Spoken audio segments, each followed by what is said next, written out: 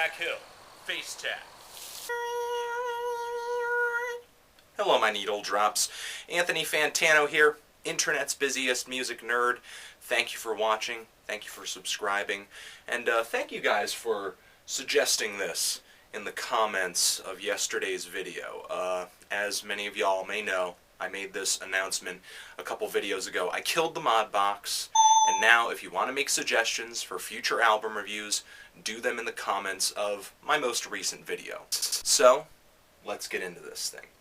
If you know anything about the best and brightest of modern drumming, then you know Zach Hill. Hearing Zach play drums for the first time can be a serious shock to the system, especially if your introduction to his work is on one of his many albums with Hella. But even though Hella is pretty much where Zach made a name for himself, he has stretched far beyond that band since its inception.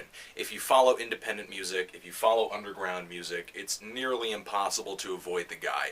He's like that dude at a party who's just talking to everybody. The guy has worked with a lot of artists, and the ones that I'm familiar with are Marnie Stern, Mick Barr. He's also worked with Waves. He's got a nice little collaboration with Tara Mellos by the name of Bygones. And on Zach Hill's first solo album, Astrological Straits, he's had the guys from No Age and Les Claypool on that thing as well. But this is Zach Hill's second solo LP, Face Tat.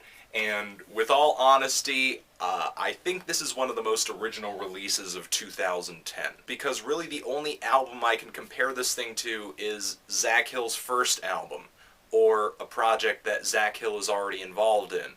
There are elements of rock music in here, noise music, punk music, electronica, but I would not label this as any of those. Not for a second. Every song on this album is constantly shifting from one idea to another at a pace that makes it nearly impossible to concentrate on anything. But I'm not completely sure if I would want to concentrate on much of this album. Drum beats that are completely jarring, production that's extremely harsh and abrasive, synthesizers and loops that literally burn on the ears, and lyrics that defy interpretation. When you stand back and get far away from these tracks and maybe listen to them with the volume low, they seem a little gimmicky, they seem a little tacky, kind of repetitive, no builds, no real transitions, no segues, just one section being switched out for another section, being switched out for another. And much of these loops, these repetitions, don't last longer than just a couple bars of music. But when you get into the grit of these individual sections that are being repeated, that's kind of where the magic happens. That's where everything gets really intricate and intense. It's like staring into a Jackson Pollock painting made of lava. But there are some accessible moments on here. Accessible, maybe kind of stretching the word. But most of this album, honestly, does not sport songs as much as it sports mutant, mind-numbing, noisy motifs. My biggest gripe about this thing is honestly the production. It's mixed extremely, extremely messily, just like it was mixed just in a couple minutes. Like, just throw it together, just throw it together, just throw it there.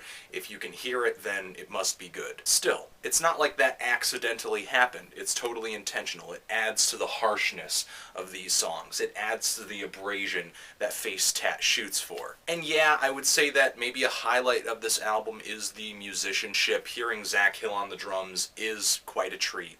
Always, always, always. But still, he's not playing any more intensely here than he has on his past releases, and Zach Hill is conscious of the fact that he has a fan base. He knows these people have heard him drum before, so I don't think drooling over Zach Hill's playing style is really the point of this album. I think the point of this album is to just be overtaken in the noise, the psychedelic sounds, just the sensory overload that is Face Tat. This album is literally the sound of no restraint whatsoever. If you're enjoying this, it's because it's pushing the envelope. It's because it's tearing at your sensibilities. And overall, I would say the name Face Tat is extremely fitting for this album, though I may not want one. If some dude has one, unless he's looking at me, I'm going to be staring at it. I wasn't a huge fan of this thing. And my reasoning is that, while I was listening, it was extremely noisy, extremely abrasive, just like I've said, but I just felt empty afterwards. Like I had gone through 4 years of college and learned absolutely nothing, which is sad. I don't want that feeling, but it's what I've received after listening to this thing multiple times. I'm really like a light 5 on this album for all the reasons I just stated, but down there in the comments, let me know what you guys think of this album. Did you love it? Did you hate it? And why? And what did you think about this LP in comparison to Zach Hill's last solo effort? Anthony Fantano, Zach Hill, Face Tat, forever.